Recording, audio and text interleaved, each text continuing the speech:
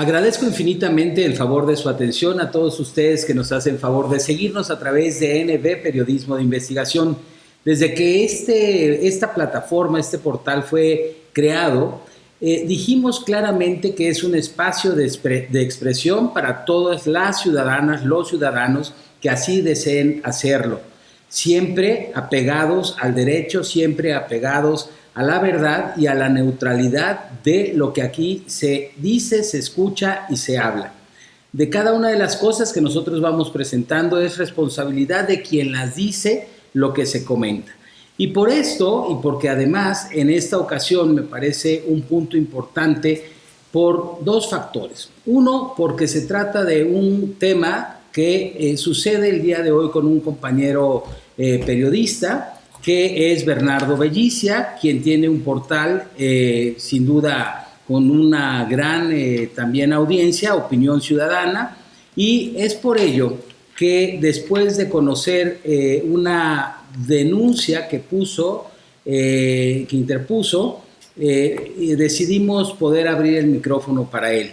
Y nos acompaña también el licenciado Tomás Mundo, quien es el abogado que sigue este caso. Pero bueno, dejemos en voz de ellos el poder conocer, en principio, cuál es el suceso de lo que está pasando.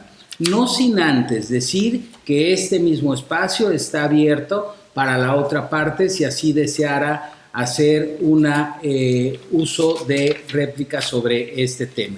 Te agradezco mucho, Bernardo Bellicia, que estés con nosotros.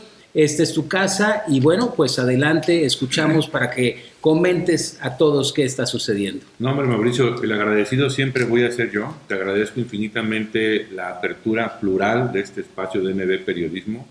Agradezco la solidaridad que tienes conmigo, el compañerismo y bueno, sin más, diré básicamente que para muchos de los que nos están viendo en estos momentos es conocido lo que hace unos días a través del abogado Tomás Mundo, que es mi representante jurídico legal, hicimos en la Fiscalía, específicamente en la Fiscalía especializada para delitos electorales y de libertad de expresión. La verdad es que a mí, en lo particular como periodista o como comunicador o como opinador, como me quieran ustedes decir, es verdaderamente lamentable lo que ocurre, sobre todo en Veracruz, por los agravios que están pasando contra el periodismo específicamente todos los días. Yo sé que hay muchos compañeros que no dicen lo que tienen que decir, que no denuncian los agravios, ni las amenazas, ni las injurias, ni lo que tienen que expresar realmente. En lo particular, yo sí lo hice. En lo particular, yo sí quise dejar un precedente sobre lo que está pasando conmigo, Bernardo Bellicia. Hubo una nota, todo se deriva de una nota que se publicó el día 26 de febrero en mi portal de noticias, y en esa nota específicamente hablaba yo en contexto y generalizando, sin irme muy específicamente, sobre lo que sucedió hace algún tiempo, hace algunas semanas, con los magistrados y sus nombramientos, lo que se hizo en el Congreso, y hablé de una diputada en particular y su actuar en esa situación, y derivado de esa nota, bueno, pues vino lamentablemente una serie de injurias, de vituperios, de amenazas por parte de quien es el esposo de esta diputada. Inclusive ahí está la nota pública, ahí está lo que se comentó, no se ha bajado del portal, sigue ahí para que quien quiera entrar la vea. Y bueno, derivado de eso, se interpuso una denuncia por amenazas formalmente hace algunos días aquí en Jalapa, en la Fiscalía, como dije, pero quiero aclarar 2 o 3 puntos muy rápido para darle paso a nuestro amigo Tomás, que es quien tiene el tema en lo técnico. Solo para quedar claro, ¿la diputada quién es y el esposo? La diputada es Maribel Ramírez Topete, del MC. Su esposo es Francisco Berlín Vázquez, con quien en lo particular yo puse una denuncia. Y repito, es contra Francisco Berlín Vázquez. No es contra una familia completa, no es contra los papás de Francisco Berlín Vázquez, con quien además a mí me une una amistad que yo espero que se pueda conservar, porque finalmente yo no tengo ni hice ninguna circunstancia en contra de la familia. Yo, repito, voy contra quien me amenazó a mí y quien me desprestigió y quien me injurió en la nota en particular. Entonces, eso quiero dejarlo claro porque creo que de repente hay algunos compañeros o compañeras que tratan de transversar esa circunstancia y tratan de hacer ver o creer que yo estoy yéndome contra una familia en particular. No, estoy yendo contra el agresor, contra la persona que me agredió, contra la persona que me amenazó y quien tiene que dar la cara ante la autoridad finalmente en algún momento. La denuncia está puesta y yo lamento que las circunstancias estén de esta manera, pero yo en lo particular no iba a poder permitir, ni puedo permitir que nadie me amenace o que me injurie. Al final de cuentas, Mauricio, creo que el periodismo de crítica es un periodismo complejo. Yo lo vengo haciendo hace 18, casi 20 años, siempre, y ahí están mis publicaciones. No lo vengo haciendo de ayer ni antier. Y bueno, para quien le guste, qué bueno, y para quien no, pues lo lamento infinitamente. Al final del día, por eso hay causas legales para hacer las cosas que no te gustan que otro haga, y creo que él se equivocó. Tendrá que responder, así lo creo yo. Confío en la Fiscalía, confío en lo que en la Fiscalía se va a hacer para llevar a cuentas a esta persona, y repito, es en contra de Francisco Berlín Vázquez, punto. Tu decisión, antes de escuchar la parte jurídica a través del abogado Tomás Mundo, tu decisión de hacer esta denuncia, ¿cuál es el motivo? ¿Solamente el acto que él comete contra ti o está inmerso en toda esta serie de situaciones que hoy por hoy la prensa vive? Y sabemos que el estado de Veracruz, dígase México a nivel mundial, pero el estado de Veracruz específicamente, contra un agravio, contra una serie de amenazas, intimidaciones, que también, debo de confesar, en algunos ejercicios de periodismo de investigación que nosotros realizamos, también somos frecuentemente, de alguna forma velada o de alguna forma directa. Pero ¿qué es lo que te lleva a interponer esta denuncia? Eso que tú acabas de comentar precisamente, lo que está pasando en Veracruz desde hace 4 o 5 años o más, inclusive más, 10 años, 12 años atrás inclusive. Veracruz, tú lo sabes, ustedes lo saben, es uno de los estados que tiene mayor riesgo para ejercer el periodismo. Hay compañeros aquí en Veracruz que han sido amenazados, que han sido violentados y que han sido inclusive agredidos. Han muerto compañeros periodistas ya en Veracruz. Ese sexenio es un sexenio para el olvido en ese sentido, y eso a mí me llevó a poner la denuncia. Al final del día creo que aquí lo importante es no dejar pasar este tipo de amenazas, por muy pequeñas que sean, porque habrá gente que a lo mejor diga o piense que este tipo de amenazas es un chisme de lavadero, como por ahí se anda diciendo, ¿no? Es un chisme de lavadero. No necesitan matarte, no necesitan golpearte o apuñalarte para que sea una amenaza o una acción grave. Con lo mínimo estamos hablando de una acción grave, y ahí está la ley. Ahí está la ley para que lo vean en el Código Penal de Veracruz, qué son las amenazas. Lo tienen que leer. Los compañeros periodistas muchas veces no se asesoran, no se documentan, opinan sin saber, y eso es grave. Yo en lo particular creo que aquí tienes siempre que estar muy, muy pendiente de lo que sucede con tu trabajo periodístico, y eso es lo que a mí me lleva a poner la denuncia, y eso es lo que a mí me lleva a contactar al abogado Tomás Mundo para pedir una ayuda, un auxilio en esa circunstancia, porque de repente estamos solos los periodistas, estamos solos, nadie nos ve, nadie nos oye hasta que nos matan. Entonces sí, cuando ya nos matan, entonces sí fue grave el tema. No, sí era grave el tema con Bellicia. No hace falta que me maten, no hace falta que me agredan físicamente, no, el tema aquí es que con un poquito de agresión y que se venga en un comentario como el que me hicieron a mí, pues ahí está el tema de la amenaza. No es velada, es una amenaza real, está pública, repito, ahí está la nota, ahí está lo que se puso, ahí está lo que se dijo, y eso al final del día a mí me llevó a poner este tipo de denuncia y seguirle el procedimiento, que no lo voy a parar hasta que no se deslinde la responsabilidad correspondiente. Tú le das a esa nota en especial, lees en tu conocimiento, en tu expertise, en la parte de la comunicación, lees una acción extraña por parte de las diputadas, en este caso te refieres a la diputada, tomando una decisión de un voto en fin, a favor de una situación política. Ustedes acababan de estar incluso en Ciudad de México con Dante Delgado, a quien además ahí en la rueda de prensa que tuvieron con él, en la charla que tuvieron con él, se le pregunta que si sabía de que habían las dos diputadas por parte de MC votado a favor de los magistrados que se proponían en ese momento por Cuitláhuac. Él se nota sorprendido de que hubiese sido así, y posteriormente tú haces esta reflexión diciendo que te parece extraño. Sí. ¿Tú consideras, hoy que ves tu nota, y que, bueno, te ha llevado toda esta circunstancia, la nota ni es violenta ni tiene ninguna agresividad más allá de una reflexión periodística?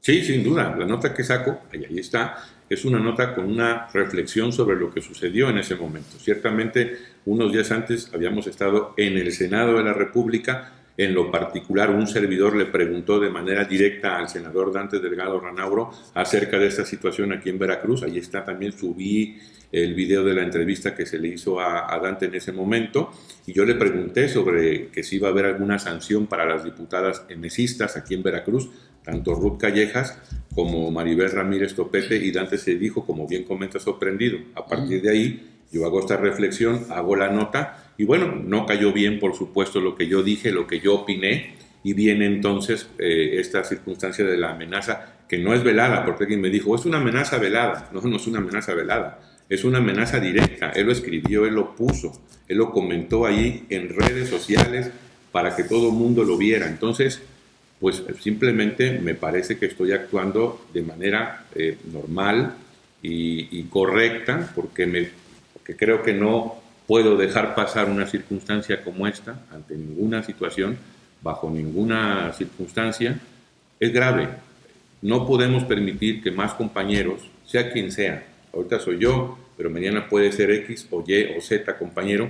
Repito, ya ha habido compañeros que han sido agredidos, columnistas, hombres, mujeres, ustedes lo saben perfectamente a quienes me refiero, y muchas veces se pide que sean solidarios, los compañeros piden que sean solidarios con ellos, y muchos de nosotros hemos sido solidarios. De repente los compañeros no lo son, no todos lo son. Hoy, en mi caso en lo particular, el 98% de los compañeros de medios de comunicación, incluyéndote, y te agradezco, Mauricio, la solidaridad que tienes conmigo, lo han sido. Y eso quiere decir, al final del día, que algo estamos haciendo bien. Si lo estuviéramos haciendo mal, te recibiríamos, por supuesto, miles de críticas, y yo sería el primero en decir, pues sí, lo hice mal, pues sí, no era la verdad el camino, me exageré en lo que estoy haciendo, pido una disculpa. Pero no, aquí no voy a pedir ninguna disculpa, ni va a haber marcha atrás ante la circunstancia. Estoy haciendo, creo, lo que jurídicamente debo de hacer, y que además el derecho me lo corresponde a mí. Ahí está la ley, no lo digo yo, no lo dice Bernardo Bellici. Sin lugar a duda, y es un tema que se vuelve viral de alguna manera por lo que representa, pues, el doctor Francisco Berlín Valenzuela, realmente pues una persona muy querida, muy respetada, un personaje de la vida política en la historia de Veracruz, por supuesto su esposa, la escultora Edith Berlín, y todo esto yo creo que genera una situación mucho más compleja en términos generales. Ríspida, ¿no? Ríspida, complicada, y decirlo públicamente que estos micrófonos están abiertos para todas las partes. En este caso, bueno, el suceso se da específicamente con Francisco Berlín Vázquez, así es, y el micrófono está abierto para él, para la diputada. Es decir, esta parte quiero que quede bien clara para ellos, de que aquí estamos escuchando las partes, exponiendo una situación como compañeros que somos de la comunicación, y creo que es un ejercicio importante para exponer, ¿no? Pero con quien además, y dejo nuevamente con claridad y puntualidad, esto es importante decirlo, Mauricio, tu servidor Bernardo Bellici no tiene ninguna circunstancia más allá de lo que está sucediendo en contra de don Francisco Berlín y en contra de la señora Edith Berlín. Muy bien. Yo tengo una relación de amistad, o tenía, no lo sé, con ellos hasta antes de esta situación. El tema es con el hijo, con quien tiene que responder sobre la circunstancia y sobre su actuar. punto y se acabó. No tengo nada en particular en contra de la familia Berlín. Yo les tengo un aprecio en alto. Creo que los tres que estamos en esta mesa conocemos a Francisco Berlín papá y a Liz Berlín, y tenemos un gran respeto para con ellos y un cariño de toda la vida. Ese va a seguir siendo mi proceder para con ellos, pero repito, yo creo que es importante que este tipo de cosas no se dejen pasar y que la autoridad, en este caso la Fiscalía, repito, con quien confío que va a hacer bien las cosas, resuelva esta situación. Ya verán qué pasa. Muy bien. Abogado Tomás Mundo, bienvenido nuevamente a casa, que es tu casa. Muchas gracias. Hemos tenido la fortuna. Fíjate que independientemente de conocer el aspecto jurídico de un caso en particular, a mí me parece muy importante en este momento poder nosotros entender en las dos vías, tanto del que comunica, el que expone, el que expresa desde la libertad de expresión y de la otra parte, ¿no? Sobre todo de aquellas personas que viven o que están en la vida pública de las ciudades, de los municipios, de los estados, y que, bueno, al final del camino son personas públicas que están siempre expuestas o están en una vitrina en donde, por la misma naturalidad de esta libertad de expresión, pueden ser, no la palabra correcta juzgados, pero sí analizados, por decirlo de alguna manera, no se me viene la palabra correcta tal vez, de aquellos que escriben y hacen comunicación. Entonces, me parece por eso muy interesante. Sí el caso en particular, pero el caso en general. ¿Cuáles son los límites? Mauricio, pues muchas gracias otra vez ya por estar en casa casi. Así es. Varias veces que estoy aquí seguido. Y estás haciendo un excelente papel como abogado cuando le estás interrogando al testigo, que en este caso soy yo, porque me estás dando la pauta para poder explicarle al auditorio este caso en particular, ¿no? En particular, pero al mismo tiempo con muchas aristas más allá de la simple denuncia. Cuando Belicia me habla, me dice, veo la nota, obviamente hay una amenaza velada, pero esa amenaza tienes que probarla. No es tan fácil agarrar y decir, sí, mañana presentamos la denuncia y hacemos ruido y hay escándalo y todo. No, porque también yo tengo la obligación de él es cómo vamos a probar eso. Y el artículo respectivo habla de ese daño psicológico. Y entonces esto, dice Belicia al inicio, no podemos dejarlo pasar. Aparentemente podría ser un pleito ahí de Facebook. Pero recordemos lo que acaba de pasar en Guadalajara, en donde un muchacho se metió con un machete aparentemente normal. El muchacho mató a 2 y dejó una tercera herida y no hay causa aparente por el que lo hizo. Parecería que hay un grupo de WhatsApp que se pusieron de acuerdo a ver quién el día de hoy mataba a mujeres. Y él fue y dijo, yo lo hago. Es decir, este delito no tan solo es el delito de amenaza, y estamos esperando la demanda, porque le dijeron que lo iban a demandar con perspectiva de género y todo, para poder responder en un momento dado. Pero más allá de eso no se puede dejar al aire, pero para mí mi papel es cómo voy a probar esto. Y cuando digo esto, obviamente tengo que leer la sentencia de la Corte Interamericana de Derechos Humanos, Telles Ulloa, Herrera Ulloa, contra Costa Rica, en donde es un caso muy parecido. Es un periodista que saca cosas de alguien y viene ese alguien poderoso y lo amenaza, lo demanda, y con todo el poder del Estado lo meten a la cárcel, lo condenan, pero sin embargo no contaban ahora sí que con la astucia de la Corte Interamericana de Derechos Humanos, donde dice, a ver, el derecho de expresión tiene 2 vías, la vía que es el que comunica, la vía del que reside, y que en este caso se está configurando en el caso de Herrera Ulloa y que impacta en el caso directamente con Belicia. Entonces tomamos muchos conceptos en la denuncia de lo que la Corte concluyó para decir que el gobierno de Costa Rica estaba violentando y no estaba garantizando la libertad de expresión, porque hay una parte donde dice, en el caso Herrera Ulloa, que va a caer acá también, donde dice, a ver, que Herrera, periodista, pruebe lo que está publicando. Entonces le estás dando la carga de la prueba al periodismo, le estás dando esa carga de la prueba que es innecesaria, que eso es cercenar el derecho a la libertad de expresión. Y por ahí se fue la corte y por ahí nos fuimos nosotros para hacer esta denuncia. Eso es el sustento que tenemos latinoamericano de la Corte Interamericana para acreditar el tema del delito de la violencia psicológica.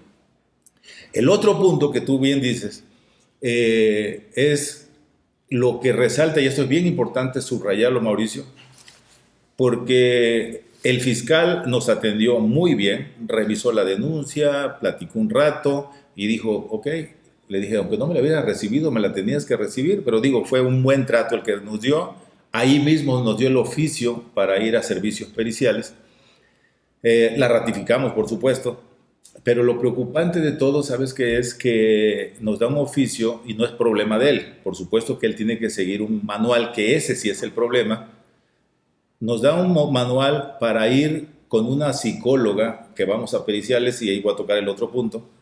Vamos a periciales y la que la recibe es una psicóloga clínica, cuando en este caso y en todos lo que necesitas es una psicóloga forense.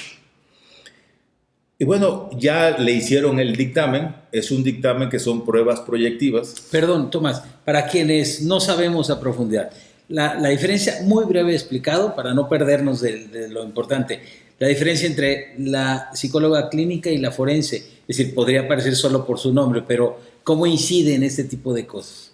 El psicólogo clínico le va a decir al fiscal, oye, revisamos a Bernardo y tiene esto y se puede aliviar con esto.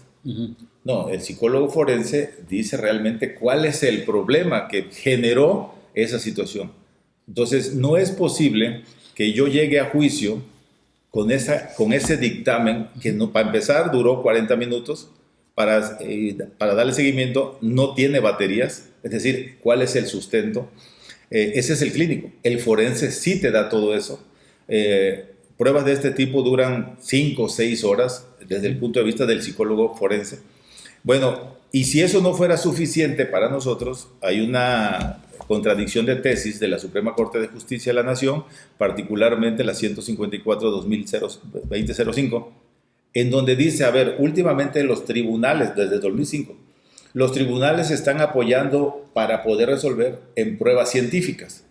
Bueno, y dice, esta es una prueba científica. Pero para poder ser una prueba científica necesitas dar 4 pasos que lo dice claramente esta contradicción de criterios. Estos 4 casos o 4 pasos son lo que la Corte norteamericana llama la sentencia Dauer, que es la prueba científica. No voy a entrar a explicar cada uno de ellos. Cuando tengo todo esto, entonces antes de dar el paso de la denuncia, yo hablo con 2 psicólogos forenses. Uno me dice, yo hago el dictamen de psicología forense para determinar la afectación, y hay otro que es de psicología forense con perspectiva victimológica, que ese es otro perito que también lo va a emitir su dictamen, para decir el grado de afectación, pero repito, con baterías y con todo este tipo de cosas. Entonces, con eso, lo preocupante para mí es que el ciudadano de a pie no se puede quedar con esa prueba proyectiva que hizo la Fiscalía, porque imaginémonos que con esa llegamos a juicio y mi contraparte sabe el amparo, contradicción de tesis 154. Pues por supuesto que al perito le va a decir, oiga, ¿usted conoce los 4 pasos de la prueba científica? No, y los practicó acá, no, y con esa prueba, que es la única, nosotros perdemos el asunto. Con estas pruebas que vamos a hacer, por supuesto no. Y el tercer paso es que cuando llegamos a periciales, es un olor, pero impresionantemente dañino y horrible, por el formaldehído que ahí impera, que tú lo has vivido.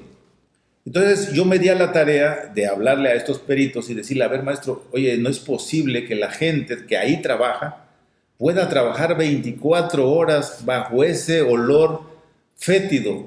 Y entonces todos me dijeron, los mismos trabajadores, ahí comen los trabajadores. No te puedes acostumbrar a un ambiente de esa naturaleza. Y le pregunto al perito y me dice, a ver, el formaldehído genera cáncer con el tiempo, en las fosas nasales principalmente. El formaldehído genera problemas de Alzheimer, problemas seniles. Entonces, y no es posible que esto lo tengan nosotros. Bueno, yo estuve 1 hora, él estuvo mucho más tiempo, pero la gente que trabaja ahí y la Procuraduría del Medio Ambiente y la Secretaría del Medio Ambiente no puedan tomar cartas en el asunto, o la misma titular de la Fiscalía, para cambiar el escenario de cómo está la situación. Entonces, ya lo hice público, porque eso encontramos en esta denuncia, no tan solo la amenaza, sino las carencias con que la Fiscalía está llevando. Digamos que ahí estamos hablando de dos temas, uno que... tres temas, uno, pero claramente es muy grave en el tema de cómo se administra la justicia, cómo se hacen los procesos. Exacto. Y demás. Eso me parece muy complejo. Yendo al tema específico de la denuncia que ustedes ponen, está sobre qué cargos, es decir, cuál es exactamente por lo que se está denunciando. Amenazas y sobre todo en el aspecto psicológico, y ese es el tema central. Okay. ¿Cómo voy a acreditar el aspecto psicológico, la afectación psicológica que tiene él? Una de las palabras que salta es la zozobra, y la zozobra, aquí dice la Corte, no tiene que ser que a partir de que te amenazaron tú vas a estar con esa zozobra, con esa... No, simplemente basta. Pero ¿cómo lo vas a acreditar? No con la perito clínica, sino con la perito forense, y ese es el trabajo que yo voy a hacer acá. Abogado Tomás Mundo, ¿cuáles son, digamos, los castigos que se pueden se pueden sentenciar, digamos, por un tema de este tipo? No, la penalidad es baja. Es baja, 6 años máximo, es de querella, es decir, se puede retirar en cualquier momento cuando las partes se llegaran a poner de acuerdo. El problema no es ese, como bien lo decía Belicia, el problema es dar ese manotazo, para decir, bueno, te puede no gustar lo que yo diga, quizás tengas el derecho de réplica, aclarar, pero no de esa manera amenazar. Yo he andado en esto y mucha gente no le gusta lo que haces ni cómo lo haces, pero periodistas sobre todo, pero tampoco te vas a poner a estarles diciendo, o sabes que estás expuesto a la crítica, ¿no? Bernardo, yo te preguntaría, ¿cuál sería en tu posición, en esta situación que percibo, se puede hacer una gran bola de nieve inmensa y tan grande como los mismos medios y todo el proceso se quiera? ¿Tú qué es específicamente lo que... me queda muy claro que lo que quieres es, y lo que hiciste y lo que hicieron, es poner una denuncia y decir, señores, esto no puede haber un límite de tolerancia, así lo leo yo. ¿Tú qué es lo que quisieras? Bueno, yo de entrada lo que quiero es hacer lo que hice, ¿no? Poner la denuncia, no permitir más abusos. Repito, no soy yo, no es Bernardo Bellicia. Estoy quizás erróneamente hablando del periodismo veracruzano en general. A lo mejor no me corresponde a mí tomar esa bandera, porque como muchos lo han comentado, no me consideran quizás periodista de cepa, como muchos que sí lo son. Acepto finalmente que pudiera ser así, pero al final del día creo que tampoco tienes que estudiar periodismo para ser periodista. Y hay muchos ejemplos claros. ¿Qué quisiera yo? Que eso no volviera a ocurrir en contra de nadie, en contra de ningún personaje, en contra de ningún compañero y compañera, porque al final del día no podemos permitir que esto se normalice, que las agresiones se normalicen en contra de quien sea. Entonces, primero lo que quiero es que la Fiscalía resuelva sobre este delito de amenazas, que llamen a cuenta al personaje en cuestión, que las autoridades digan qué es lo que procede, y después ya veremos. Yo no me quiero adelantar a los hechos. No hemos entrado en el tema de negociación de nada con la parte contraria. Ni el abogado ni un servidor hemos recibido algún tipo de llamada para poder platicar o negociar al respecto. Ya que la recibamos, si es que eso sucede, pues buscaremos platicar y negociar lo que tengamos que negociar finalmente, ¿no? Pero de entrada lo que quiero es justicia, lo que quiero es que esto no vuelva a pasar en contra de nadie, ¿no? Muy bien, a mí me queda claro.